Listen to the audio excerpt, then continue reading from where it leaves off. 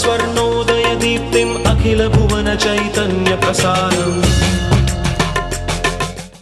నమస్కారం. మన ధర్మం కార్యక్రమానికి స్వాగతం. ఇవాల్టి మన ధర్మం కార్యక్రమంలో మన ధర్మ సందేహాలను నివృత్తి చేసేందుకు మనతో పాటు ఉన్నారు ప్రముఖ ఆధ్యాత్మికవేత్త, ధర్మశాస్త్ర నిపుణులు, బ్రహ్మశ్రీ డాక్టర్ కాకునూరు సూర్యనారాయణ మూర్తి గారు. గురుగారు నమస్కారం. నమస్కారం అమ్మా. గురుగారు, వైశాఖ అమావాస్యను శనేశ్వర జయంతిగా వ్యవహరిస్తూ ఉంటారు కదా, అయితే కర్మఫలదాత అయినటువంటి శనికి జ్యోతిష్య శాస్త్రంలో ఉన్నటువంటి ప్రత్యేకత ఏంటి?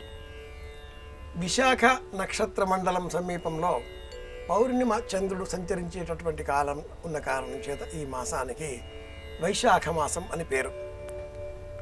విశాఖ అనురాధ నక్షత్రం, శని నక్షత్రం రెండవ నక్షత్రం. సామాన్యంగా పౌర్ణిమకు పక్కనే అనురాధ శని నక్షత్రం కూడా ఉంటుంది. ఇక అమావాస్య కాలానికి అనురాధ, జ్యేష్ఠ, మూల, పూర్వాషాఢ, ఉత్తరాషాఢ, శ్రవణం, ధనిష్ట, శతం, పూర్వాభాద్ర. ఈ క్రమంలో వైశాఖ బహుళ అమావాస్యను శని జయంతిగా, శనిదేవుడి పుట్టినరోజుగా ఆధునికంగా జ్యోతిష శాస్త్రవేత్తలు మరింత విశ్లేషణాత్మకంగా, వివరణాత్మకంగా చెబుతున్నారు.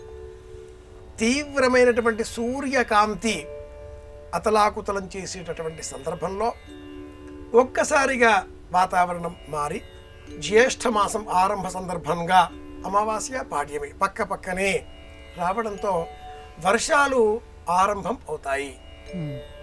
ఇంత వేడి, అంత చలువ ఒక్కసారిగా రావడంతో దేహానికి కొత్త వ్యాధులు వచ్చి చేరతాయి. అతి వేగంగా ఉండే వ్యక్తి సౌర సంబంధంగా ఉండగా, అత్యంత నెమ్మదిగా మందకొడితనంగా వ్యవహరించేటటువంటి వ్యక్తిని శని సంబంధంగా సంప్రదాయం సూచిస్తుంది. శనికి మందుడు అనే పేరు కూడా ఉంది. శనైహి చరతీతి శనైశ్చరః అంటే నెమ్మదిగా నెమ్మదిగా జీవన గమనాన్ని మందకొడితనంగా మార్చే స్వరూపం అని అర్థం. ఒక్కొక్క రాశిలో శనిగ్రహం 30 నెలల పాటు సంచారం చేయగా, అంటే 200 సంవత్సరాలు ఉజ్జాయింపుగా, ప్రస్తుతం శనిగ్రహ సంచారం కుంభరాశిలో అవుతున్న తరుణంలో మకరం, కుంభం, మీనం, కర్కాటకం, సింహం, వృశ్చికం ఈ 6 రాశుల వారికి శనిగ్రహ సంబంధంగా జ్యోతిషం కొంత కీడు కలిగే శాస్త్రంగా, కాలంగా సూచన చేస్తుంది. మకరం, కుంభం, మీనం, కర్కాటకం, సింహం, వృశ్చికం ఈ 6 రాశుల వారికి శని జయంతి ఈ సందర్భాన్ని పురస్కరించుకొని ప్రత్యేకంగా కొన్ని పరిహారాల రూపంలో నీలం రంగులో ఉండే దుస్తులు దానం చేయడం, నీలం రత్నాన్ని ధరించడం, నువ్వుల నూనెతో దీపాన్ని వెలిగించడం, నువ్వులు దానం ఇవ్వడం, నవగ్రహ మంటపాన్ని దర్శనం చేసుకోవడం, ప్రదక్షిణలు చేయడం, నీలాంజన సమాభాసం, రవిపుత్రం యమాగ్రజం, ఛాయామార్తాండ సంభూతం తన్నమామి శనైశ్చరం. నిజానికి శనిగ్రహం కారణంగా దోషాలు ఎంత ఉంటాయో లాభాలు అన్నీ ఉన్నాయి అంటుంది జ్యోతిష శాస్త్రం. ఉద్యోగంలో అభివృద్ధి, అలాగే తోటి ఉద్యోగుల సహాయం, కారు, పల్లకీ సేవ, వాహనయోగం, ఆయుష్యం, ఆయుర్దాయం పెంపకం ఇవన్నీ కూడా శనిగ్రహ కారకత్వాలుగా జ్యోతిషం వివరిస్తుంది. ఆయుష్యం జీవనోపాయం, మరణం చ శనైశ్చరః ఇవి కాలకాలంలో కొన్ని మాత్రమే. ఈ సందర్భాలు పురస్కరించుకొని ప్రత్యేకంగా వచ్చినటువంటి ఈ శని జయంతి మరింతగా జ్ఞాపకం చేసుకొని శనిగ్రహ దోష నివారణగా ఇందాక మనం చెప్పుకున్నటువంటి దీపం వెలిగించడం, దానం చేయడం వంటివి చేస్తే తప్పక శనిగ్రహ దోష నివారణ, ఏవైనా ఇబ్బందులు ఉంటే తొలగిపోవడం జరుగుతుంది. శనిగ్రహానికి సంబంధించి తెలుగు రాష్ట్రాల వారమైన మనమంతా కూడా కాకి వాహనంగా గమనిస్తూ ఉంటాం. శని చాలీసా ఒక ప్రత్యేకమైనటువంటి చాలీసా ఉత్తర భారతదేశంలో జగత్ప్రసిద్ధం. అందులో శనిదేవుడికి 9 వాహనాలు అని వర్ణించడం కలదు. ఆ ప్రకారంగా గద్ద, నెమలి, ఒంటె, గాడిద, హంస, కాకి ఈ జంతువులన్నీ కూడా శనిదేవుడికి వాహనాలుగా చెప్పబడి ఉన్నాయి. గృధ్ర అంటే గద్ద వాహనంగా అధికులు విశ్వసించేటటువంటి తరుణంలో కాలానుగుణంగా వచ్చే అనేక మార్పులు మనం గమనిస్తూ ఉంటాం, పాటిస్తూ ఉంటాం, అనుసరిస్తూ ఉంటాం. కనుక శనిదోష నివారణ నిమిత్తమై నువ్వులు బియ్యము ఈ మిశ్రమాన్ని కలిపి పక్షులకు ఆహారంగా వేయడం, మేడపైన ఒక మట్టి మూకుడులో నువ్వులు బెల్లం మిశ్రమాన్ని అలా పక్షులకు ఆహారంగా ఉంచినట్లయితే కూడా శనిగ్రహ దోష నివారణ కలుగుతుంది. ఇనుప వస్తువులు దానం ఇవ్వడం కూడా ప్రయోజనం కలిగిస్తుంది. స్టీలు పాత్రలు, స్టీలు కంచాలు, స్టీలు గ్లాసులు ఇలాంటి వాటిని అవసరాలలో ఉన్నటువంటి వారికి, ప్రభుత్వ ఆసుపత్రులలో అవసరాలలో ఉన్నటువంటి వారికి అందజేసినట్లయితే కూడా శనిగ్రహ దోష నివారణ కలుగుతుంది. గురువుగారు, సత్యభామ అలకబోనటం, శ్రీకృష్ణుడు ఆమె పాదాలు పట్టుకోవటం ఇవన్నీ పురాణాల్లో ఉన్నాయా లేకపోతే ఒట్టి కల్పనైనా? నిజానికి భాగవతంలో కానీ భారతంలో కానీ కృష్ణుడు ఉదాత్త పురుషుడు, ధీరోదాత్తుడు, ధీరోద్ధతుడు, ధీరశాంతుడు, ధీర లలితుడు అనే 4 విధాలుగా వర్ణింపబడిన ఆలంకారిక శాస్త్రంలో ఉండే నాయికా ప్రకరణంలో ధీరశాంతుడైనటువంటి ఆ కృష్ణ పరమాత్ముడు ధీర లలితుడుగా కూడా కొన్ని గ్రంథాలలో వర్ణింపబడినట్టుకి ఈ విధమైనటువంటి శృంగారపరమైనటువంటి లాలిత్యంలో ఉన్నట్లుగా, లౌల్యంలో ఉన్నట్లుగా రామాయణ భారత భాగవతాది గ్రంథాలలో, ప్రత్యేకించి భాగవత భారత గ్రంథాలలో ఎక్కడా చెప్పబడలేదు. కేవలం ప్రబంధాలలో పారిజాతాపహరణం అనేటటువంటి కావ్యంలో ముక్కు తిమ్మన్న ఆనాటి కాలంలో ఉన్నటువంటి రాయలవారి భార్యలలో చిన్నాదేవికి అలాగే తిరుమల దేవికి వచ్చేటటువంటి గొడవలలో ఒక పాత్రగా సత్యభామ పాత్రను సృష్టించాడే కానీ పురాణాలలో ఇలా లేదు. హరివంశంలో కూడా ఇలా చెప్పబడలేదు. నాచన సోమన్న అనే మహానుభావుడు హరివంశం అనే కావ్యాన్ని మనకు అందించి ఉన్నాడు. అందులో కూడా ఇలా చెప్పబడలేదు. కొంతలో కొంతగా కవిత్వ పోకడగా సత్యభామాదేవి నరకాసుర సంహారార్థమై గరుత్మంతుడిని అధిరోహించి బాణము సంధించి హరిజూచు అనే పద్యాలు ఉన్నప్పటికీ చక్రాన్ని ప్రయోగించి నరకాసుర సంహారం చేసిన మహానుభావుడు శ్రీకృష్ణుడే, సత్యభామ కాదు. అలాగే పారిజాతాపహరణ కావ్యంలో ఉండే సన్నివేశానికి మూలం కొంతవరకు కూచిపూడి బచ్చన భాగవతులు. భామాకలాపం అనేటటువంటి ఒక నాట్య విశేషం, నాటక లక్షణాలలో కొంత ఆనందం కలిగించే నిమిత్తమై ఏర్పాటు చేయబడ్డ ఒక ఆంగిక ప్రకరణంలో ఇలా అభయవ రూపాన్ని, అభినయ శాస్త్ర విజ్ఞానాన్ని అనుసరించి ఈ రూపం వచ్చిందే కానీ సత్యభామాదేవి ఇలాగా ఎక్కడ ప్రాచీన గ్రంథాలలో చెప్పబడలేదు. ప్రబంధాలలో ఉన్న రూపం ఇది అని చెప్పుకోవాలి. పారిజాతాపహరణంలో నారదు తెచ్చినటువంటి ఆ పుష్పాన్ని కృష్ణుడు రుక్మిణీదేవికి ఇవ్వగానే చెలికెత్తే పరుగున వెళ్ళి సత్యభామాదేవికి చెబుతుంది, ఇలా ఇచ్చాడమ్మా, చెప్పుడు మాటలు వినకూడదు. విన్న ఆ సత్యభామాదేవికి ఆగ్రహం పెళ్ళిబుకెత్తింది. కోపంతో తోక తొక్కిన తాచుపాము వల లేచింది. ఎలా లేచింది? అలా వినిపేటపడ్డ ఉరగాంగన యుంబల నేయిబోయ భగ్గన తరికొన్న భీషణ హుతాశన కీల. నేయిబోయగా భగ్గుమని ఏ విధంగా జివాల ఎగిసిపడిందో తోక తొక్కిన ఆడత్రాచుపాము వలే కవి సమయాలు ఇవన్నీ కూడా. అంతేకాని సత్యభామాదేవిని ఇలా భాగవతం కానీ భారతం కానీ వర్ణించలేదు. గురుగారు, ఇక మరో సందేహం, గంగకు త్రిపదగా ఎందుకు పేరు వచ్చింది? గంగ శ్రీమన్నారాయణమూర్తి పాదోద్భవి అని చెబుతారు.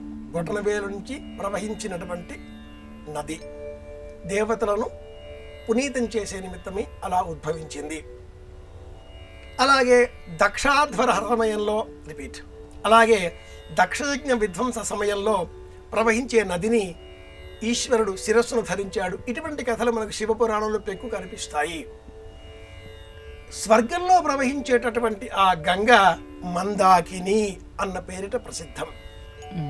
అలాగే ఈ భూమండలం మీద భగీరథ ప్రయత్నం కారణంగా ప్రవహించిన కారణం చేత భాగీరథి అని పేరు. సగరపుత్రులను ఉన్నత లోకాలకు చేర్చే నిమిత్తమై ఈ గంగ పాతాళం చేరడంతో భోగవతి అన్న పేరు కూడా పొందింది. భాగీరథి, భోగవతి, జాహ్నవి, త్రిదశేశ్వరి ఇలా త్రిపథ అంటే స్వర్గంలో, భూమి మీద, పాతాళంలో కూడా ప్రవహించిన కారణం చేత గంగకు త్రిపథ అన్న పేరు ఉంది. ఎక్కడ ఎప్పుడు ఏ సందర్భంలో ఎలా మనం స్నానం చేసినా ఏ నీటి చుక్క అయినా కూడా గంగా సంబంధితమే అని మనసులో సంకల్పం చేసుకుని గంగా గంగేతి యో బ్రూయాత్ యోజనానాం శతైరపి ముచ్యతే సర్వపాపేభ్య విష్ణులోకం సగచ్చతి అంబా తద్దర్శనాన్ముక్త్యై నజానే స్నానజం ఫలం స్వర్గారోహణ సోపానే తతో పుణ్యతరంగిణీం విశ్వేశం కేశవం డుంఠీం చెబితే ఇది గంగా స్తోత్రం అవుతుంది. ఈ దేశంలో అంటే మన దేశంలో అత్యంత పొడవైన నది గంగా నది. సముద్రంలో కలవ కంటే పూర్వం ఈ దేశంలో ఉండే వాసులందరినీ కూడా ఒకటిగా చేర్చేటటువంటి లక్ష్యంతో కూడుకున్న నది గంగా నది. కనుక ఇంత రమణీయం, ఇంత కమనీయం, ఇంత స్మరణీయం, త్రిపథ అని అందుకే ఏర్పడింది. గురుగారికి మరో సందేహం, భస్మం అనేది కేవలం శైవులకేనా, వేరే ఎవరు కూడా వినియోగించకూడదా? భస్మ అన్నప్పుడు తెల్లగా కనిపించేదే భస్మం అంటూ ఉంటారు. అలాగే భస్మం ధరించే సమయంలో ఎన్నో నియమాలు. భస్మం అంటే ఏమిటి? అగ్నిహోత్రుడికి బంగారం అని కానీ, లేక విలువలేని మరి ఒక లోహం అని కానీ, కర్రముక్క అని కానీ అనే భేదాభిప్రాయాలు లేవు. అన్నింటినీ అగ్నిహోత్రుడు భస్మీపటలం చేస్తూ ఉంటాడు, భస్మీపటలం చేస్తూ ఉంటాడు. భస్మము అగ్నిహోత్రం చేసే సమయంలో అగ్నికి ఆహుతులు ఇచ్చిన అనంతరం అగ్ని అందించేటటువంటి పరిపూర్ణ ప్రసాదంగా అందరూ ఈ భస్మాన్ని ధరించాలి. ఈ ధరించేటటువంటి నిమిత్తమై లభించేటటువంటి భస్మమునకు శైవ, వైష్ణవ, వీరశైవ, వీరమాహేశ్వర, లింగధారణ ఇటువంటి భేదాభిప్రాయాలు ఏవి భస్మానికి ఉండవు. అలాగే ఈ భస్మాన్ని ధరించే సమయంలో పర్యావరణము, ప్రకృతి, పంచకోశాత్మకమైన ప్రపంచము 5 లక్షణాలతో ముడిపడి ఉంటుంది. కనుక అగ్నిరితి భస్మ, వాయురితి భస్మ, జలమితి భస్మ, స్థలమితి భస్మ, వ్యోమేతి భస్మ, సర్వగం భవామన ఏతాని రక్షోగుంసి భస్మాని అని మనకు సంప్రదాయ సూచన ఇలా చేస్తుంది. నిత్యము మనం చేసేటటువంటి సంప్రదాయ ప్రకరణంలో స్నానం చేసిన అనంతరం చివరలో కాసింత నీరు పుచ్చుకొని ఇలా నుదుటిపైన గీతలుగా గీసుకోవాలి. జలమితి భస్మ. భస్మం ధరించేవారు ఎడమ నుంచి కుడికి 2 గీతలు, ఈ 2 గీతలు కూడా ఉంగరం వేలు, చూపుడు వేలు, ఈ 2 గీతలతో ఎడమ నుంచి కుడికి 2 గీతలు ఇలా గీయాలి. మధ్య వేలితో, బొటన వేలితో ఇలా కుడి నుంచి ఎడమకు తీసుకువెళ్ళాలి.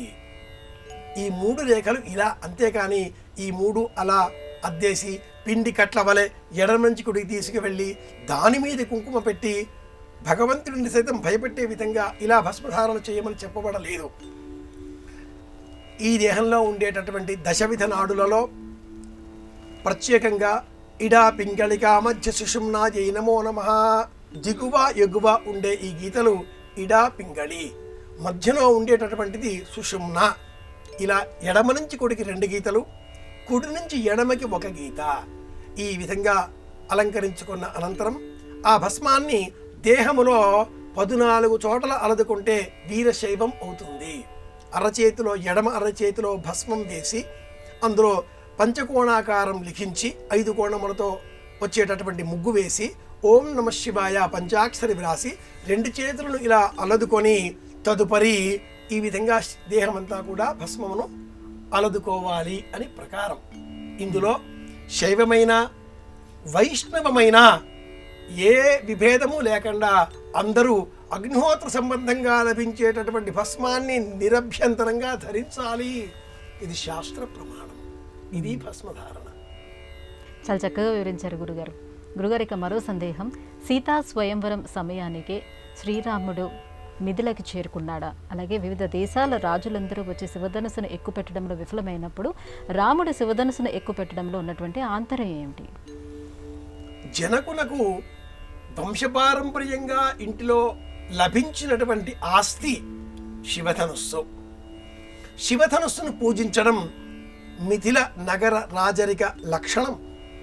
ఈ శివధనుస్సును ఎక్కుపెట్టిన వీరుడికే ఇలా ఆయాచితంగా నాగలికర్ర చివరన తగిలి లభించినటువంటి పెట్టెలో ఉన్న ఈ సీతాదేవి అయోనిజగా లభించిన కారణం చేత అలా ఎక్కుపెట్టిన వీరుడికే వీర్యశుల్క అన్న పేరిట ఈ సీతని ఇచ్చి వివాహం చేస్తాను అంటూ జనకుడు ప్రకటించడంతో పలు దేశాల రాజకుమారులు వచ్చి ప్రయత్నం చేసి విఫలురై వెళ్ళిపోయారు. ఇది నేపథ్యం, ఇప్పుడే జరిగిన కథ కాదు, పూర్వం జరిగిన కథ. అలా ఉండగా విశ్వామిత్రుడు అయోధ్యకు వచ్చి దశరథుడితో సంభాషణ చేసి రామలక్ష్మణులను తన వెంట పెట్టుకొని యాగ నిర్వహణ, యాగ సంరక్షణ అనే పేరిట అడవులకు తీసుకువెళ్ళి తాటక సంహారము, మారీచ సుబాహుల నియంత్రణ, తదుపరి ఇక్కడి నుంచి మిథిల ఒక్క 3 రోజుల ప్రయాణంలో ఉంది. అక్కడ పరమాద్భుతమైన శివధనుస్సు ఉన్నది అనగానే వీరుడైన ఆ రామచంద్రమూర్తి ధనుస్సును చూడాలి అని ఉబలాట పడ్డాడు. అలా తీసుకువెళ్ళేటటువంటి సమయంలో విశ్వామిత్రుడు రామచంద్రమూర్తికి మార్గాయాసం తెలియకుండా కుశనాభుడి కథ, గంగ వృత్తాంతము, భగీరథ జనన వృత్తాంతము, అనేక పలు కథలు, అలాగే భౌగోళిక వ్యవస్థ, భారతదేశంలో ఉండే అనేక రాజరిక వ్యవస్థల గుర్తింపులు, రాజ్యాల సరిహద్దులు అన్నీ చెబుతూ అహల్య ఆశ్రమ వర్తాంతము, అహల్య శాప విమోచనము, తదుపరి జనకుని రాజ్యానికి చేరిన తరువాత విల్లు ఎక్కుపెట్టబోగా అది విరగడం, జనకుడు వీరిశుల్క సీత అని చెప్పడం, ఇది సందర్భంగా చెప్పుకోవాలి. అప్పుడే స్వయం ఏర్పాటు చేయడం, అప్పుడే దేశ విదేశాల రాజులు అక్కడికి వచ్చి ఉండడం, వారంతా ప్రయత్నాలు చేసి విఫలుడు కావడం, సభలో ఉండేటటువంటి రాజమూర్తులలో ఒకడైన రామచంద్రమూర్తి లేచి విల్లు ఎక్కుపెట్టడం, ఇదంతా కూడా శ్రీరామాయణానికి సంబంధించిన వర్ణన కాదు. శ్రీరామాయణం ఉదాత్తమైనటువంటి దృశ్యాలతో కూడుకొని ఉంటుంది. ఇలాంటి కల్పనలతో, కృతకమైనటువంటి ఆకర్షణలతో కూడుకున్న వృత్తాంతం కానే కాదు. పూర్వం జరిగిన కథ ఇది అంటూ శతానీకుడు గౌతముడి కుమారుడు విశ్వామిత్రుడికి వివరిస్తాడు. ఇది రామాయణంలోని వృత్తాంతం. గురువుగారు, మధురలో మీనాక్షీదేవి అమ్మవారి చేతి దగ్గర మనం చిలుకను గమనించవచ్చు. అలాగే కామాక్షిదేవి ప్రతిమలలో కూడా చిలుక ఉంటుంది. ఈ చిలుక దేనికి సంకేతం? మీనాక్షి, విశాలాక్షి, కామాక్షి ఏ దేవతా నామస్మరణ చేసినా కూడా వీణా పుస్తకధారిణి అన్న రూపంలోనే అమ్మను మనం తలుచుకుంటూ ఉంటాం. అన్నపూర్ణి విశాలాక్షి అన్న కీర్తన జ్ఞాపకం తెచ్చుకుంటే కూడా ఇదే రూపం మన కళ్ళ ముందు ఆవిష్కృతమవుతుంది. చిలుక సీతారామచంద్రమూర్తుల వారి యొక్క చిత్రపటాన్ని చూచినట్లయితే కూడా వారికి పైన ఉండేటటువంటి భద్ర మంటపంలో ఆ ప్రభలో కూడా చిలుకలు మనకు కనిపిస్తాయి, రామ చిలుకలు. అమ్మవారి చేతిలో కూడా చిలుక ఉంటుంది. వీణా పుస్తకధారిణి లేక ఆ స్తోత్ర పాఠాదులలో కూడా చిలుక ప్రస్తావన మనకు కనిపిస్తుంది. చిలుక జ్ఞానానికి, జీవుడికి కలిగిన జ్ఞానం అనంతరం పలికేటటువంటి పలుకులకు ప్రతీక. మనమంతా కూడా అమ్మ దయ కోరి జ్ఞానాన్ని అర్థించే నిమిత్తమై అమ్మ దరిచేరి ఆమెను ఆశ్రయించేటటువంటి వారమే. అలా ఆశ్రయించిన తరుణంలో గోదాదేవి ఆండాళ్ వృత్తాంతాలలో కూడా మనం చిలుకను స్మరించుకోవచ్చు. అమ్మ బోధించిన ఆ పలుకుల సారాంశమంతా కూడా మన మనస్సులో పదిలపరుచుకున్న అనంతరం మనం పలికే పలుకు చిలుక పలుకు వలె మారుతుంది. ఏది విన్నామో అది పలుకుతూ ఉంటాం మధుర భక్తితో. ఇలా విశాలాక్షి, కామాక్షి, మీనాక్షి ఏ దేవతా స్వరూపం చూసినా ప్రత్యేకంగా కామాక్షి అమ్మవారి చేతిలో, సుందరేశ్వర సన్నిధానంలో ఉండేటటువంటి అమ్మవారి చేతిలో ఉండే ఈ చిలుక వెనక ఇంత కథ ఉంది. జ్ఞానానికి ప్రతీక చిలుక, దేహానికి అలాగే జీవనానికి, లోకానికి ప్రతీక వీణ. ఈ రెండింటినీ ధరించిన స్వరూపమే జగదంబ స్వరూపము.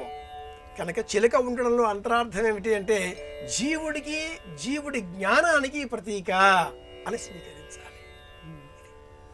గురుగారు, గజేంద్ర మోక్షం కథ వింటే అది చాలా అసంగతంగా అనిపిస్తూ ఉంటుంది. ఇది కేవలం సంకేతంగా కూర్చున్నటువంటి కథన? ఎందుకనంటే ఒక ఏనుగు భగవంతుడిని ప్రార్థించడం ఏమిటి అనే ఆలోచన వస్తూ ఉంటుంది. నిజమే, భాగవతంలో ద్వితీయ స్కంధంలో ఒక వృత్తాంతం, అలాగే చతుర్థ స్కంధంలో మరి ఒక వృత్తాంతం, అష్టమ స్కంధంలో మరి ఒక వృత్తాంతం. ఒక్కొక్క స్కంధంలో ఒక్కొక్క వృత్తాంతం మన మనస్సును ఇలా కదిలించి వేస్తుంది.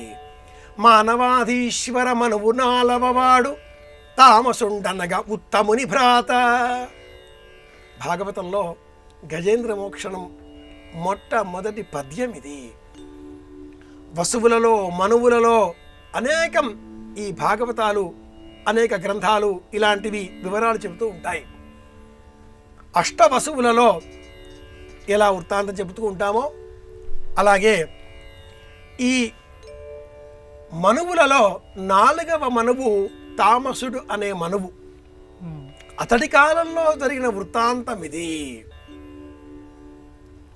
అడవి, ఆ అడవిలో అనేకములైన వృక్షాలు, మాతులుంగ లవంగలుంగ చూతకేతకి భల్లాతక ఆమ్రాతక పనస బదరీ బకుళ, ఎన్ని చెట్లున్నాయో. ఆ చెట్లన్నింటినీ ఈ మదగజము నశింపజేస్తున్నది. అది గజేంద్రుడు పురుషవాచకం. వెంట 6 ఆడ గజములు నడుస్తున్నవి. వెనక వచ్చే ఆ 6 ఆడ గజములను చూచిన అనంతరం ఈ గజేంద్రుడు ఇక మామూలుగా నడుస్తాడా? గాల్లోనే ఎగిరిపోతూ ఉంటాడు. అడవిని విధ్వంసం చేయడం, అడవిలో ఉండేటటువంటి కాసారము తటాకమును విధ్వంసం చేయడం, పూర్వజన్మలో ఒకానొక యక్షుడు ఇలా జన్మించి ఉన్నాడు. ఆ గజేంద్రుడు ఇలా విధ్వంసం చేయడం, ఇదంతా కూడా ప్రకృతికి పర్యావరణానికి కీడు కలిగించడమే. పరమాత్ముడు అంగీకరించడు, సహించడు. కాసారము అంటే మడుగులో కాలు పెట్టి అడుగున ఉన్నటువంటి బురద కూడా పైకి వచ్చే విధంగా విధ్వంసం సృష్టించడంతో అడుగున ఉన్న మొసలి పైకి వచ్చింది. ఆ గజేంద్రుడి కాలు బంధించింది.